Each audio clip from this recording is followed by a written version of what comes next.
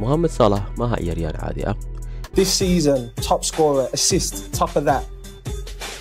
Where do you replace those numbers? وبورك كبدا عقتا مصر كاسو عبسي قلية دافعية البريمير ليج. Here comes Salah. Salah! haddaynu soo qaadano Manchester United, Old Trafford wuxuu u yahay garoonkiisa u gaarka ah sidoo ku tilmaamay mar la weydiiyay waraysi lala yeeshay. The Egyptian archer with a quiver full of arrows scores routinely, customarily at Old Trafford for Liverpool again. wuxuu u yahay riyoxun Old Trafford marar badan ayuu ku baadilay isagoo ka dhaliyay hat-trick. This is going to be the hat-trick. It certainly is. Man City haddaynu u imano waa kii u diiday Pep Guardiola inuu ku guuleysto 3 Premier League oo isku xiga 2019.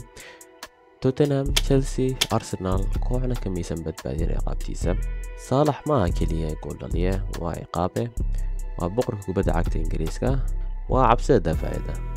Favorite away ground in the Premier League? Old Trafford.